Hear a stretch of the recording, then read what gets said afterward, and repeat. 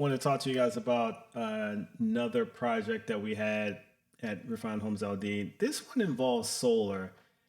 We were so impressed with the results of solar on our beach home that we decided to implement this at our home. And the cool thing about this, as you can see here, it's a 12.75 kilowatt system. We got 30 panels, and we just installed it. As you can see, the install date was actually I have the install date wrong, but I'm not going to change this video because the install date was actually December 26th, not May, not April. And so we are currently awaiting PTO, which is permission to operate. But we have three Tesla Powerwall threes here, and in that picture, those first two are actually linked. And there we have 400 amp split service here at the house. So we have two panels, 200 amps each. So the two panels there are connected to our panel number two, which has we have a tankless water heater on it.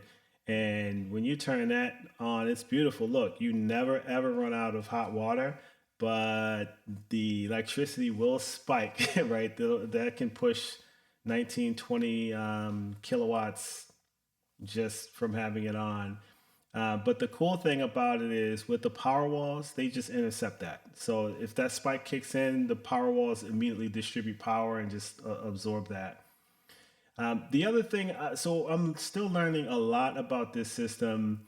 You have, if you think about the way the sun arcs, you have in the morning, I don't know if you probably can't see my pointer here, but in the morning, you're kind of hitting the bottom panels, right, when the sun comes up. And then towards the evening, those west facing, looking to the left of that picture is actually west. So in the morning, you have the south and east panels sort of get hit, and that's powering one of the panels, panel one to be specific.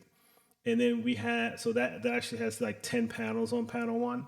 And then panel two has the two Tesla power walls and 20 panels to recharge those. So what happens is in the morning, panel one sort of gets sun first, and then in the mid afternoon, everything's great sunlight, everything's well powered, and then towards the evening, panel one is less efficient, and then panel two has more. It kind of catches the tail end of that sun.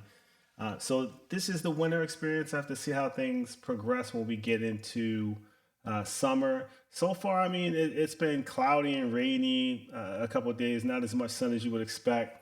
And it's been working very well. I'm learning a lot from this system. I'll post some more for sure.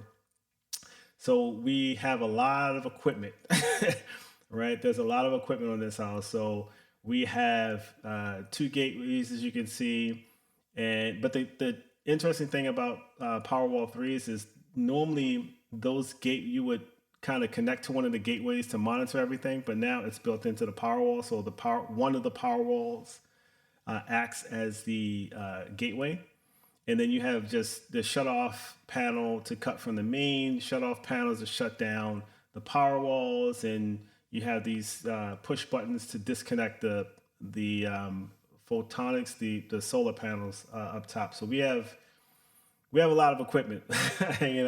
I'll kind of brief you guys as we go through the year to see how this looks. But this is, as you can see, from the 27th, and you can see I've started to track the difference between how the panels draw, how efficient they are, and I'm still learning the patterns of the house, how we fill those batteries, how we drain those batteries. By the way, those if we it's cool, so we're not running the AC 24/7. The power walls can make it overnight sometimes. There's no way those batteries will last in the summer because here in Florida, you're running 24/7. In the summer, our ACs, we have two of them. We have a 2 ton and a 5 ton, and they pretty much run 24/7. There's probably 3 months out of the year where they're off, which is right now. Other than that, they're always on. And so I'll have to see how this progresses. But you can see on this bottom right little chart here, where it's showing you the sun when it gets above the horizon is right around 9 o'clock. This isn't exactly lined up, but you can see at 9 o'clock, boom. If there are no clouds, production starts, and there's a ramp up, and the height is around noon.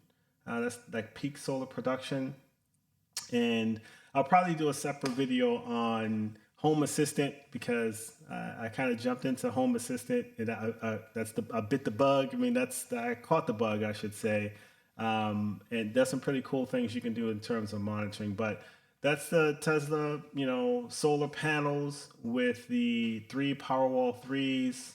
We got about 40 kilowatt hours of capacity if we can fill those up. Oh, one last thing, sometimes we don't fill those power walls even now. I mean, the AC unit isn't, they aren't running. So it really depends on how much sun we get in that day. Today, I don't have my phone near me, but I think today we made it up to like 85%, which is the highest I've seen so far.